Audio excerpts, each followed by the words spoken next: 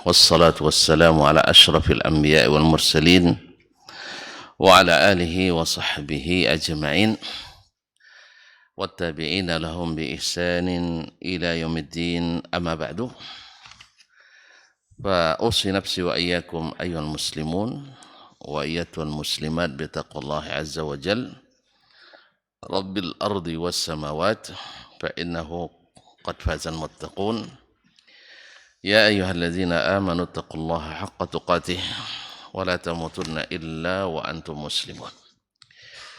Bapak dan Ibu kaum muslimin dan muslimat yang dirahmati Allah Subhanahu wa taala. Dengan bersyukur kepadanya atas segala rahmat, nikmat dan karunia-Nya, kita menyampaikan puja dan puji kehadirat-Nya.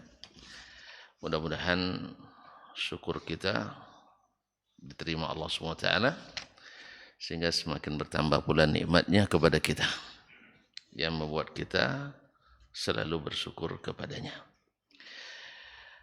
Salawat dan salam kepada baginda Nabi alaihi salatu wassalam yang telah menyampaikan amanah risalah dan telah memberikan nasihat dengan tulus dan ikhlas kepada umat dan berjihad fisabilillah dengan sebenar-benarnya sehingga hasilnya kita nikmati hari ini. Mudah-mudahan kita bisa kokoh bertahan di atas jalannya. Oleh itu maka kita selalu memperbaharui iman dan ilmu supaya tidak lapuk dan tidak berkarat. Itu ya. Karena iman itu juga lapuk, juga berkarat. Maka perlu selalu tajdidul ahd untuk senantiasa memperbaharuinya. Mudah-mudahan salah satunya dengan hadir di majelis-majelis ilmu seperti ini. Dan alhamdulillah kita tidak tanggung-tanggung pilih guru besar Imam Asy-Syafi'i rahimahullah ta'ala. Kita belajar kepadanya. Mudah-mudahan Allah buka hati kita, Allah lapangkan, kemudian Allah tajamkan akal kita sehingga mudah memahaminya. Bapak dan Ibu yang saya muliakan, masih berkaitan dengan masalah yang lalu. Apa itu, Pak? Lupa. Dilarang, dibolehkan, gitu ya. Dilarang, tapi dibolehkan. Dilarang secara umum, tapi ada sebagian dari afradul umum, dari sebagian dari personil umum itu yang dikecualikan. Dikecualikan. Nah, yang seperti ini kita sampai pada masalah kemarin, masalah bai'u as-salaf atau bai'u as-salam. Karena di awal Imam sudah menyebutkan tidak boleh menjual barang yang tidak dimiliki. Tidak dimiliki. Karena dia melarang Hakim ibn Hizam untuk menjual makanan sebelum sempurna menjadi hak miliknya. Tapi dia bolehkan pula yang lain. Nah, beliau mengatakan, "Falamma amara Rasulullah sallallahu alaihi wasallam man sallafa." Setkala Rasulullah sallallahu alaihi wasallam memerintahkan orang yang melakukan bai'us salaf atau bai'us salam, yaitu bai'ul mausuf, yaitu menjual sesuatu yang disebutkan sifatnya, bukan yang disebutkan zatnya. Yang dilarang tadi yang zatnya disebutkan tapi barangnya tidak milik kita. Tapi kalau milik kita boleh, walaupun tidak nampak. Kan dibagi dua kemarin. Ada yang barangnya ada dan bisa dilihat, ada yang barangnya ada tapi masih bisa disebut. Dua-duanya boleh, karena sudah pada pemilikan kita. Nah, tapi ada barangnya bisa disebut tapi belum milik kita, milik orang sebelah. Kayak gitu ya. Iya kan?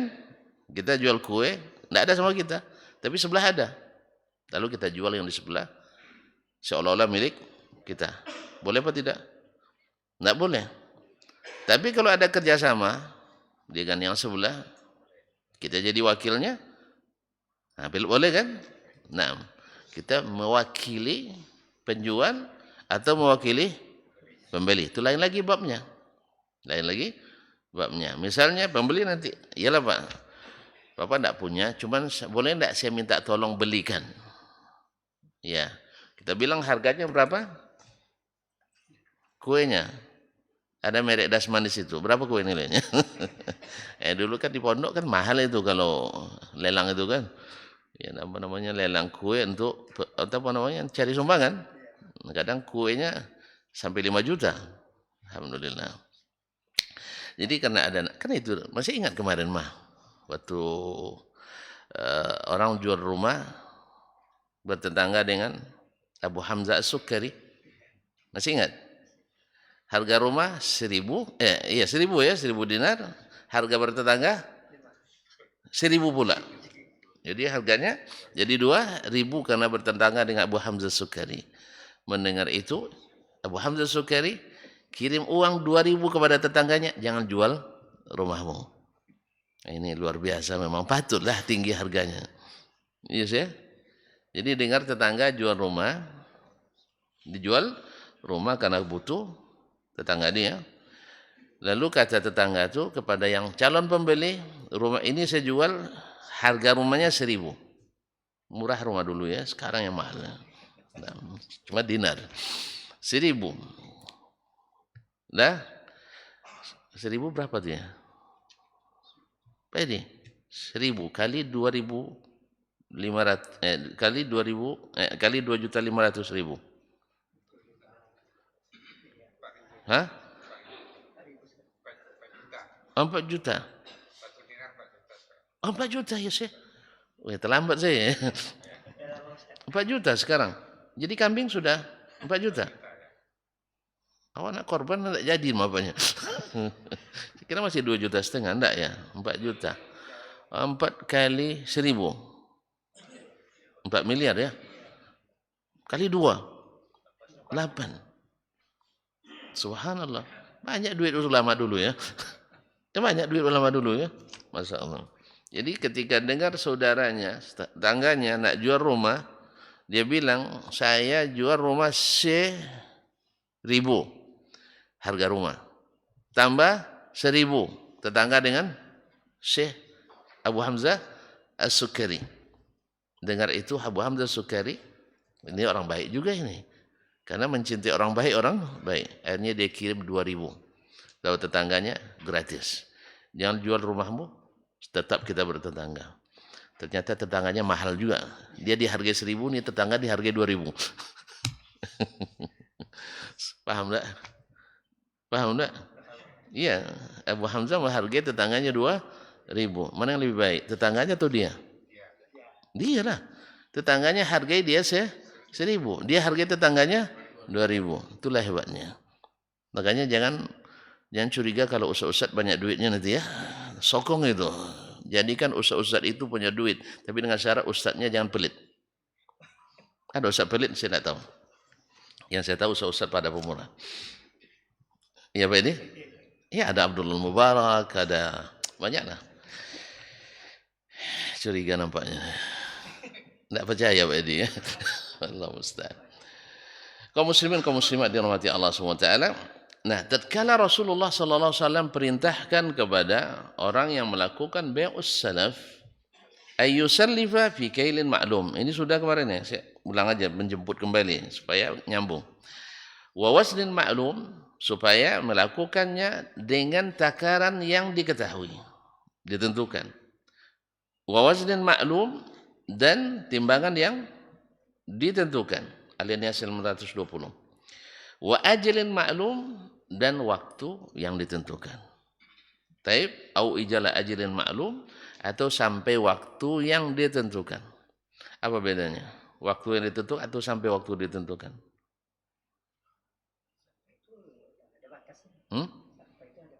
Itu pada waktu yang ditentukan ada juga batasnya. Taib. Sama, kalau sama enggak usah saya jelaskan. Dakhala hadza bai'u ma laysa 'indal mar'i hadiran wala mamlukan hina ba'ahu. Masuk di dalam ini menjual sesuatu yang tidak ada pada seseorang ketika itu, hadiran. Yang tidak ada di depannya ketika itu, hadir barangnya. Wala mamlukan hina ba'ahu, dan belum pula dimilikinya pada saat dia jual. Karena disebutkan timbangannya diketahui atau takar diketahui sampai pada waktu yang diketahui.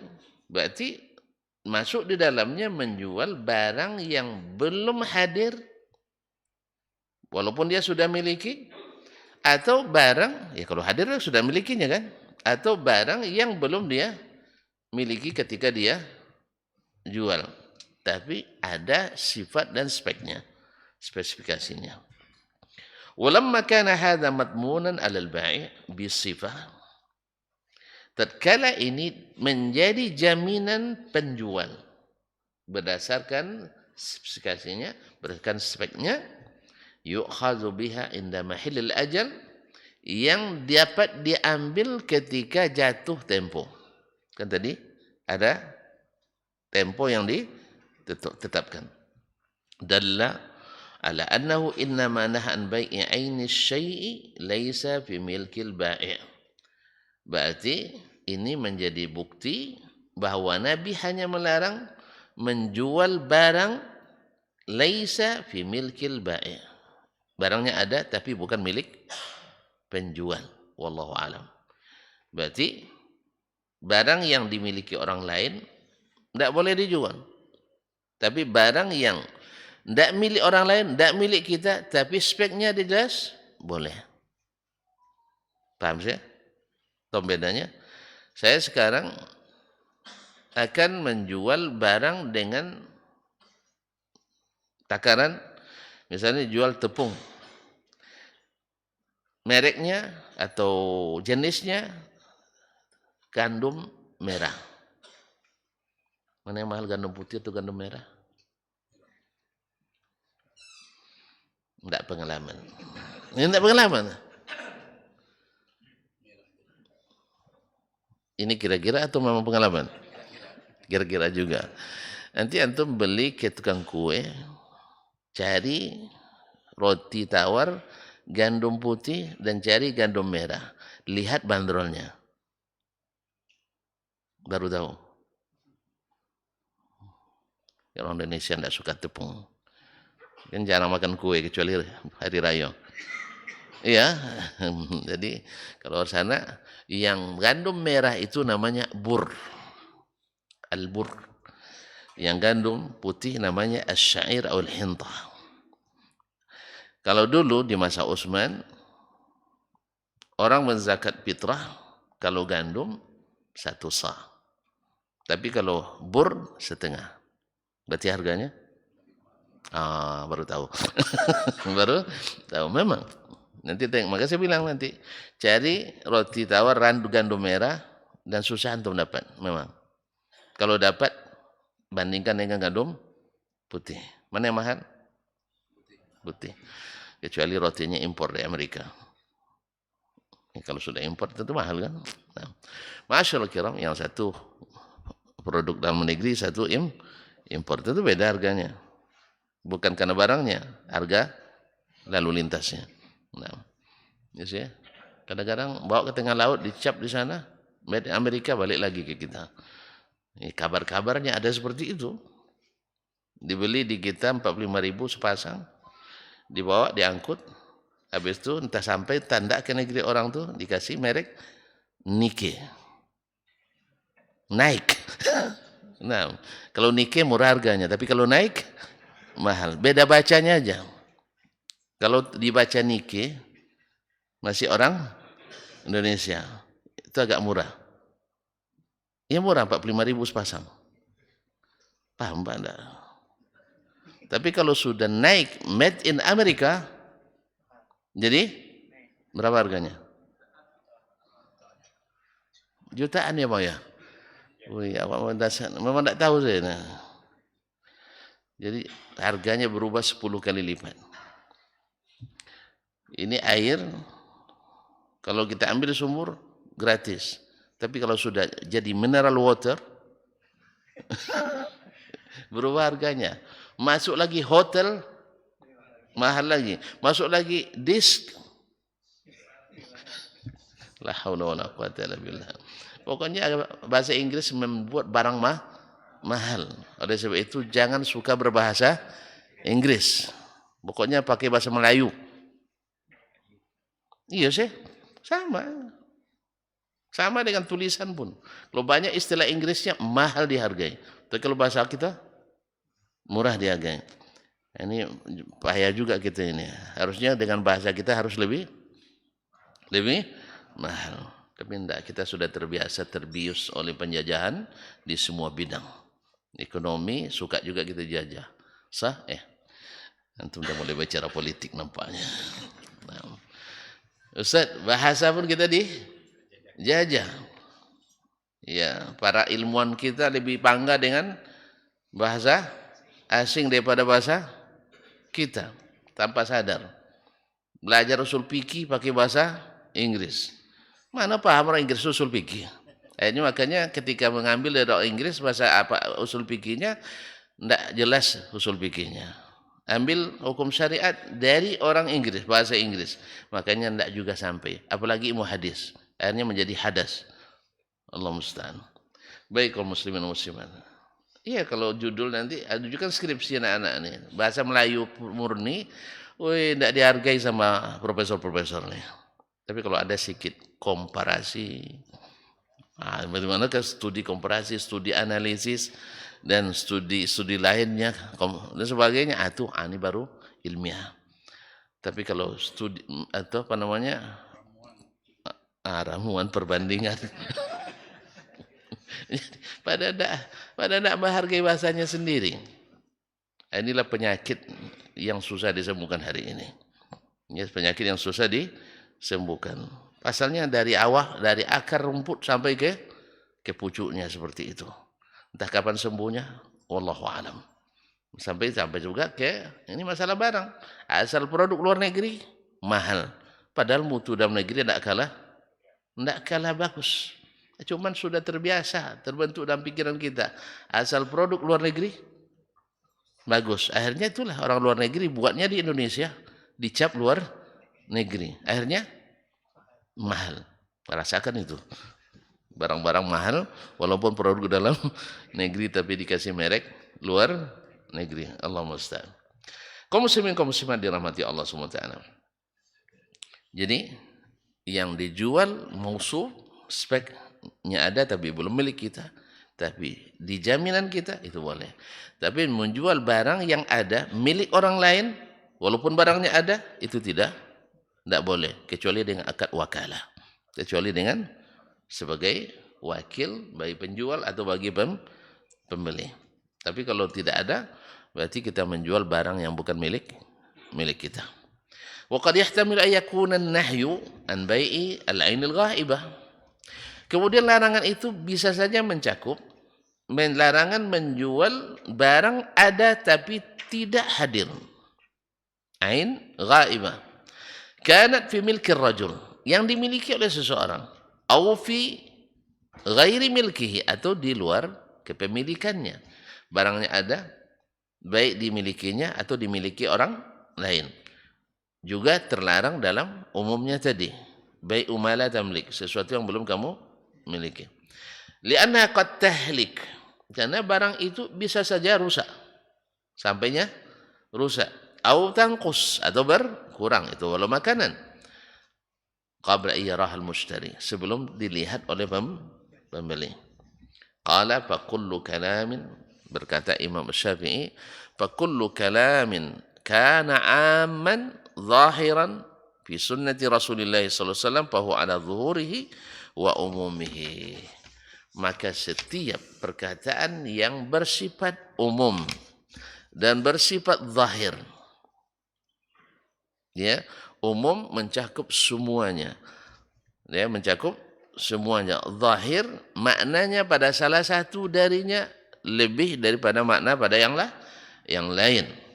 Maknanya pada salah satu lebih daripada makna yang lain.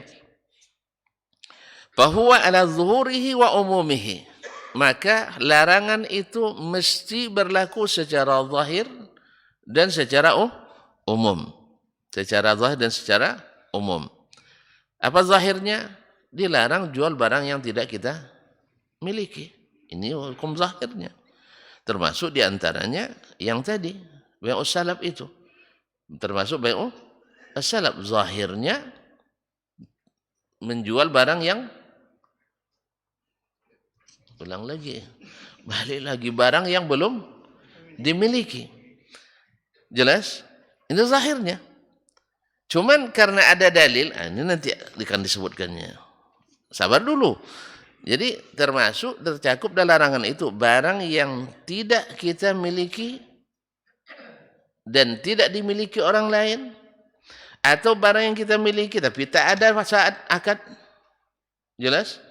Semuanya, karena itu barang walaupun milik kita, menjelang sampai kepada pembeli bisa rusak. Bisa rusak enggak? Saya sebut saya beli kaca dengan ketebalan 12 mili. Dengan ukuran sekian. Sampai di tempat sempong. Itu sempong? Ada yang enggak tahu? Apa? Sompel? Ya, saya enggak tahu sompel. No. Saya tahu sempong. Yalah enggak apa-apa lah, sompel dan sempong sama rupanya. Ada, dapat ilmu baru kita. Sompel dan sempong. Nah, kaum muslimin dan muslimat dirahmati Allah SWT. Rusak. Apakah ketika sampai sama harganya? Pada umumnya orang akan komplain. Saya mau yang rapi. Ternyata Anda datangkan yang sompel. Akhirnya terjadi khilaf nanti. Nah, termasuk ini dalam cakupan larangan menjual barang yang belum ada. Jelas? Baik. Maka larangan ini diberlakukan secara zahir dan secara umum. Berlaku umum pada setiap barang dan berlaku zahir pada sifat yang disebutkan, yaitu barang yang belum dimiliki, barang yang belum ada. Di antaranya termasuk bai'us salaf.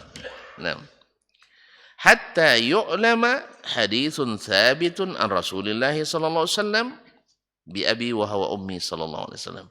Sampai diketahui ada hadis thabit, hadis sahih dari Rasulullah sallallahu alaihi wasallam bi abi huwa wa ummi, yadullu ala annahu innama urida bil jumlatil ammati fil zahiri ba'dul jumlati duna ba'd, yang menunjukkan bahwa yang dimaksud dari larangan itu hanya sebagian dari yang semuanya, sebagian dari semuanya yang dimaksud.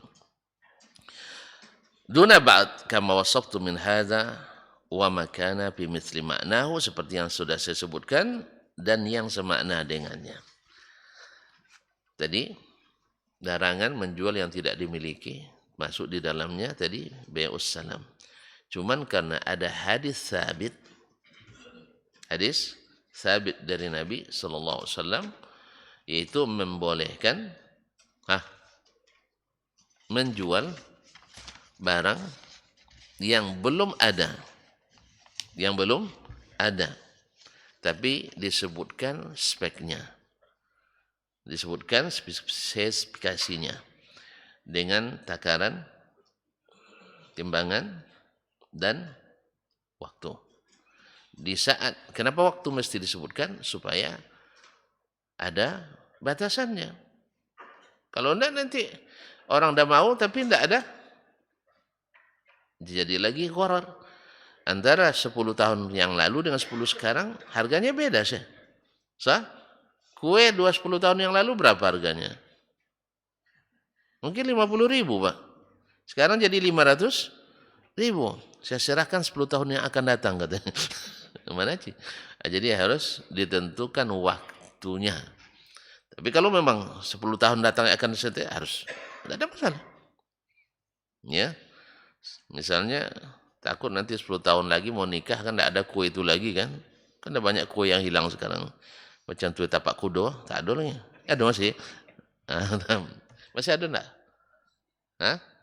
Masih ya? Di mana orang carinya? Bawa besok ya. Nah, sebab baik wassalam ini. Kaum muslimin dan muslimat dirahmati Allah SWT. Jadi apa namanya, ditentukan waktu, takaran, dan timbangan. Nah, ini dikeluarkan dari umumnya larangan. Dikeluarkan dari umumnya larangan. Walaupun zahirnya dia termasuk. Zahirnya termasuk, tapi karena ada dalil yang mengecualikan. Nah, ini maksud Imam Syafi'i rahimahullah, walazima ahlal ilmi, na'am, dan wajib bagi para ulama ayyumdul khabaraini ala wujuhihima, untuk meneruskan, mengamalkan. Imdha itu menandatangani. Jadi sebut imdha artinya menandatangani. Artinya ini selesai verifikasi, berarti boleh diberlakukan. Nah, wajib bagi ahlul ilmi, para ulama, ayyumdul khabaraini ala wujuhihima, untuk menandatangani. Nah, untuk meneruskan, mengamalkan kedua hadis ala wujuhihima, sesuai dengan arahan keduanya. Yang satu bersifat umum, terlarang. Yang satu bersifat khusus, ada rukhsah, dibolehkan. Jadi kedua hadis tidak dipandang bertentangan. Ini imam mengajarkan kita supaya mencari dulu jalan damai, kompromi antara kedua hadis sebelum menguatkan yang satu, melemahkan yang lain. Karena hadis itu kalau keduanya sahih, kalau bisa harus diamalkan kedua-duanya. Kecuali tidak mungkin disatukan, baru nanti cari jalan keluar yang lain. Bisa dengan nasikh wal mansukh, atau dengan tarjih. Kalau tarjih berarti mengamalkan yang satu, meninggalkan yang lain, sekalipun dua-duanya sahih. Sama juga dengan nasikh wal mansukh, yang nasikh diamalkan, yang mansukh ditinggalkan, walaupun dua-duanya sahih. Berarti mansukh diamalkan pada masanya, nasikh diamalkan sepanjang masa. Jelas? Nah, ini enggak. Dua-duanya, satu bersifat umum, satu bersifat khusus. Maka yang khusus diamalkan sesuai dengan kekhususannya, dan yang umum tetap berlaku sesuai dengan makna umumnya. Enggak boleh dikeluarkan dari umum kecuali dengan dalil khusus. Kalau bahasa kita kemarin apa? Enggak bisa diberlakukan SK umum untuk kegiatan khusus. Kalau mau tidak jadi temuan, supaya legal, formal, halal, syar'i. Jelas ya? Jadi mengambil dalil umum tanpa mengamalkan amal umum dasarnya, mengamalkan amalan khusus dengan dalil umum, boleh. Tidak masuk kaji nampaknya. Ini dah mulai membayangkan sarapan pagi nampaknya. Ini tak boleh. Kan baru dia bilang. Jadi imdha'i al-haditsaini ala wujuhihima, yaitu mengamalkan kedua hadis sesuai dengan arah datangnya. Yang satu arahnya umum, maka diamalkan secara umum, yaitu larangan menjual barang yang tidak kita miliki. Jelas? Nah, sedangkan hadis tentang bai'us salaf atau bai'us salam itu khusus, maka diamalkan secara khusus. Yang sama dengannya masuk, yang tak sama tidak masuk. Berarti hukum asalnya, yang zahirnya, umumnya, sesuatu yang tidak kita miliki tidak boleh dijual. Jelas? Nah, kecuali yang ini. Ada pengecualiannya. Nah, ma wajadu li imdha'ihima wajhan, selama masih bisa keduanya diteruskan untuk diamalkan. Wala ya'uddunahuma mukhtalifaini, mereka tidak menganggapnya sebagai dua hadis yang kontradiktif. Wa huma yahtamilani ayyumdhaya, padahal keduanya masih bisa sama-sama diteruskan, diamalkan. Wadzalika iza amkana fihi ma ayyumdaya ma'an, yaitu apabila mungkin pada kedua hadis itu ayyumdaya ma'an, diamalkan kedua-duanya. Satu yang amalan khusus umum, satu amalan khusus. Au wujida sabilu ila imdhaihima, atau didapatkan jalan untuk meneruskan keduanya, walam yakun minhuma wahidun bi aujaba minal akhar, dan tidak salah satu dari keduanya lebih wajib dari yang lain, artinya lebih diutamakan dari yang lain. Wala yunsabul haditsani ila al-ikhtilaf, maka tidak disebut kedua hadis masuk dalam bab kontradiktif, ikhtilaf, maka lahuma wajhan yumdayani ma'an, selama keduanya masih ada jalan atau arah untuk meneruskan secara bersamaan. Innamal mukhtalifu ma lam yumdha illa bisuquti ghairih, yang dianggap sebagai hadis mukhtalif yaitu tidak bisa dikerjakan kecuali salah satunya digugurkan, itu baru dianggap mukhtalif. Taib, mislu ayyakun al-hadithani fi syai'il wahid, seperti ada dua hadis dalam suatu masalah atau dalam sesuatu, hadza yuhilluhu, hadis ini menghalalkannya, wa hadza yuharrimuhu, dan ini mengharamkannya. Ada contohnya nih? Satu hadis menghalalkan, satu hadis mengharamkan. Ada contohnya? Apa contohnya? Ziarah kubur. Masya Allah, mumtaz. Ini sarapan pagi nanti Pak. Nah, betul. Ziarah kubur asalnya ini bab nasikh wal mansukh. Awalnya Nabi melarang ziarah kubur. Kenapa dilarang?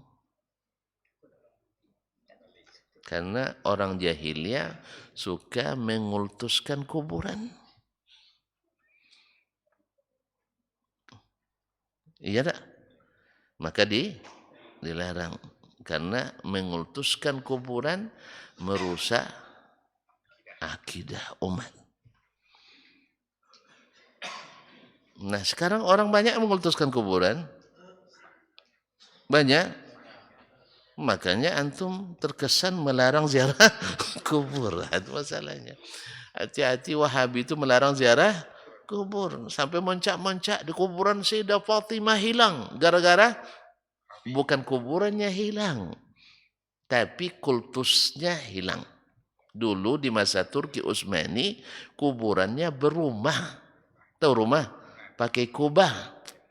Jadi menjadi tempat destinasi wisata religius. Maka rumah itu diruntuhkan oleh Wahabi. Karena pesan Nabi kepada Sayyidina Ali, tak kau temukan kuburan yang dibangun kecuali engkau robohkan. Kan dibangun. Tak kau temukan kuburan yang ditinggikan kecuali engkau ratakan. Ini pesan siapa? Sayyiduna Muhammad sallallahu alaihi wasallam. Nah, ketika kerajaan Arab Saudi, karena undang-undang dasarnya ada Al-Quran dan Sunnah, tertulis itu Pak. Undang-undang dasar bukan 45. Nah, kalau kita 45 ya, kalau mereka undang-undang dasar negaranya adalah Al-Quran dan Sunnah. Kalau kita baru berjuang untuk menggolkan undang-undang tentang syariat, kan ekonomi syariat alhamdulillah sudah lulus. Undang-undang pengadilan agama dan lulus, tapi perlu dikompilasi lagi karena banyak yang salah-salah kompilasi masih, tapi tidak apalah, sudah disahkan. Apalagi undang-undang zakat, masya Allah, alhamdulillah. Kalau sana tidak perlu berjuang lagi karena undang-undang dasarnya undang-undang dasarnya Al-Quran dan Sunnah. Maka ketika dalam Sunnah disebutkan setiap kuburan yang dibangun mesti dirobohkan, mereka tak cari-cari lagi alasan lain. Ini kan kuburan tanah pribadi. Ini kuburan kan wali. Ini kuburan ini dan itu. Enggak. rajanya sendiri kuburannya tak ada dibangun. Beda dengan raja Iran, Khomeini, itu kuburannya dibangun dengan dana 6 miliar dolar. Karena diharapkan pendapatannya pendapatannya per tahun 2 miliar dolar. Jam 3 tahun pulang modal. Jadi karena diziarahi orang tidak kurang dari 10 juta orang per tahun. Masing-masing bawa 10 dolar. 10 dolar kali 10 juta. Lambat antum ngitung. Gitu tuh. Itu kan minimal kan? Nah, pokoknya pendapatannya kabarnya 2 miliar dolar per tahun. Nah, apakah di Arab Saudi orang ziarah kubur Nabawi, Masjid Nabawi, ada dolar-dolarnya? Ada. Siapa yang ziarah kubur Nabi? Oh, ada ya? Masya Allah. Apanya? 100.000 merah banyak dalam tuh. Yang serius ya? Saya pernah tugas itu, nggak ada nah. Pas zaman antum aja itu, pas antum bertugas. Enggak, antum ngada-ngada ini. Atau pas saya enggak bertugas barangkali. Kan ada suara saya itu diputar terus. Nah, pas antum dimatikan waktu saya datang. Nah, kaum muslimin dan muslimat, mungkin ada juga yang ini kecolongan ya, yang dimasukkan orang. Tekan merah kan? Rupiah ya? Subhanallah. Kenapa enggak? Anaknya sekedian, Bang. Dia sendiri kuburan Uhud kan ya. Kuburan Nabawi. Kuburan Uhud. Artinya kalau seandainya prinsipnya kerajaan itu cari devisa. Cari devisa seperti di Iran, ya pasti banyaklah orang nak bayar. Mana orang lebih nak bayar pada kuburan Nabi atau kuburan Khomeini? Wih, kuburan Nabi tentu lebih mahal. Cuman mereka tahu itu adalah pendapatan haram karena merusak akidah. Maka mereka tak mau jual itu. Makanya seluruh kuburan yang dulu di masa Turki Utsmani, kan Turki Utsmani itu asalnya memang banyak sufinya. Termasuk mufti terakhirnya Muhammad Zaid Al-Kautsari, itu orang yang paling gulu dalam tasawuf. Ya, berpemahaman wahdatul wujud dan lain-lain banyak. Kemudian anti sekali dengan Wahabi. Nah, dia menyebutnya Wahabi, tapi anti dengan sunnah Nabi SAW. Sehingga dalam kitab-kitabnya, ya bagi yang kagum dengan beliau bagus, karena memang menembah selalu.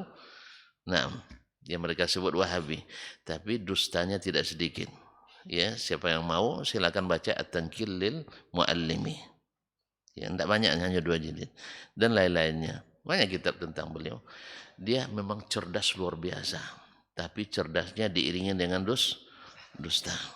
Suka memotong-motong ungkapan ulama lalu dinisbatkannya. Tidak usah dibaca lah, nanti bingung tuan-tuan dibuatnya.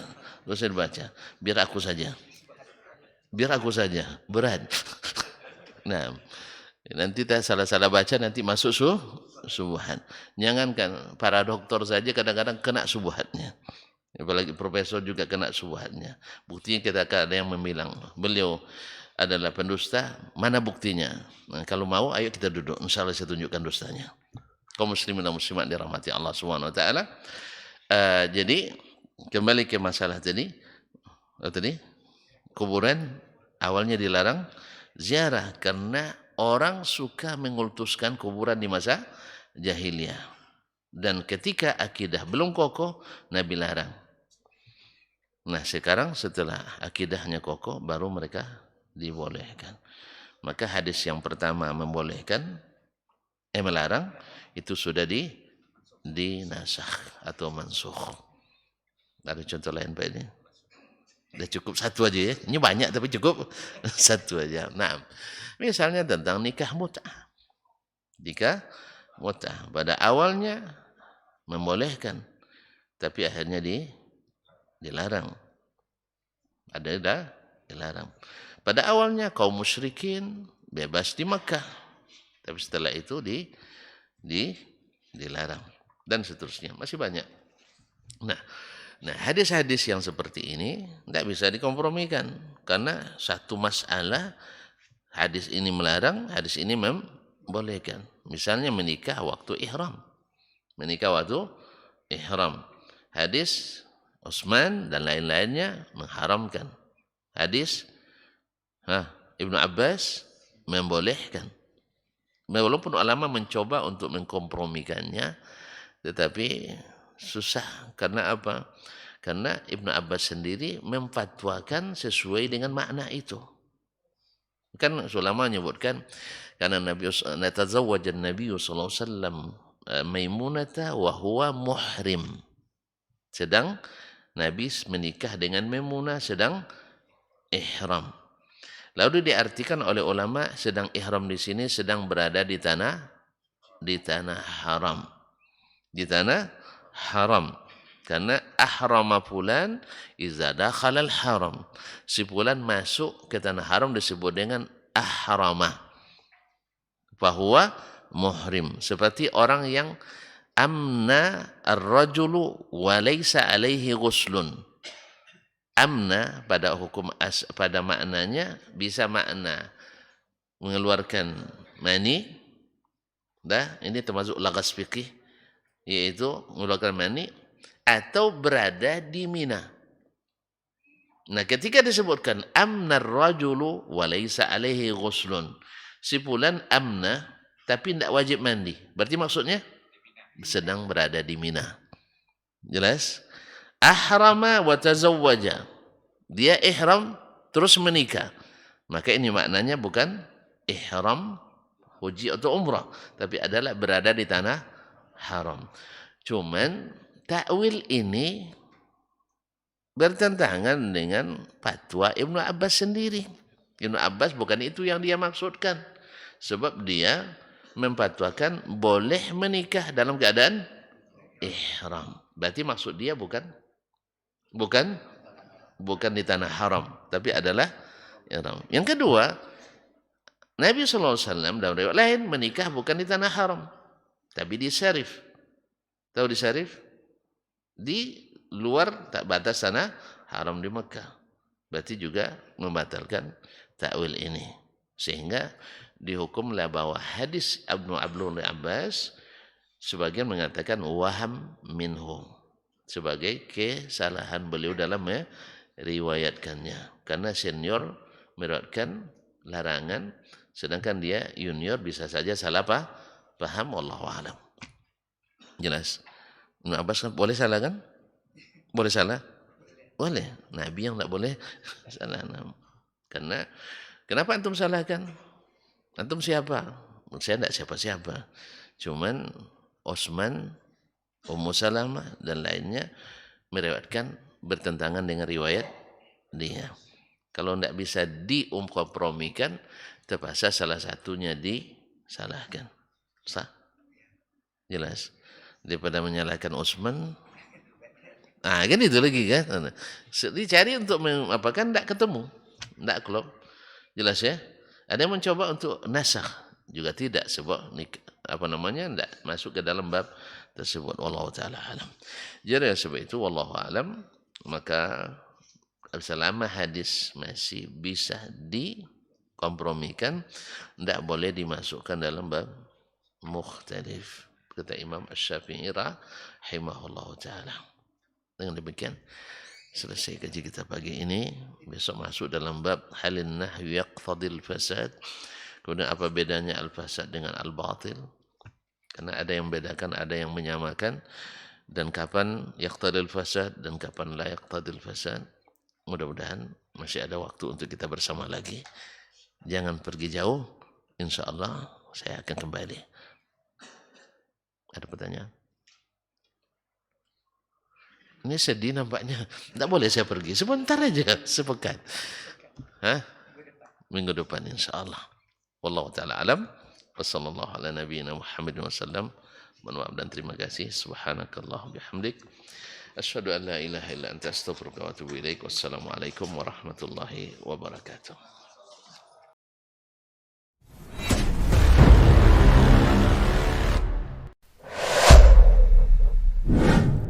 Kalaulah baginda Nabi alaihi salatu wassalam yang diajar langsung oleh Allah, yang berikan dia ilmu langsung dengan wahyu, tetap tidak bisa diterima oleh semua orang.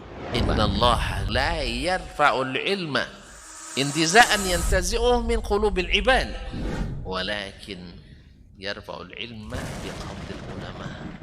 Bahkan sebagian besar orang pada waktu itu menolak Nabi alaihissalatu wassalam. Tetapi Nabi sallallahu alaihi wasallam mengajarkan kita untuk tidak patah arang dan tidak pernah berhenti berdakwah. Allah tidak mengangkat ilmu dengan mencabutnya dari hati-hati manusia, tidak. Tetapi dengan mewafatkan para ulama. Mana yang lebih afdal, ahli ibadah atau ahlul ilmi? Dari semua sisi ahlul ilmi lebih afdal daripada ahli ibadah. Sampai tidak tinggal satu orang pun ulama. Ittakhadhan nasu ru'usan juhalan. Ketika tidak seorang alim pun yang tinggal, akhirnya orang-orang mengambil para pemuka-pemuka yang jahil.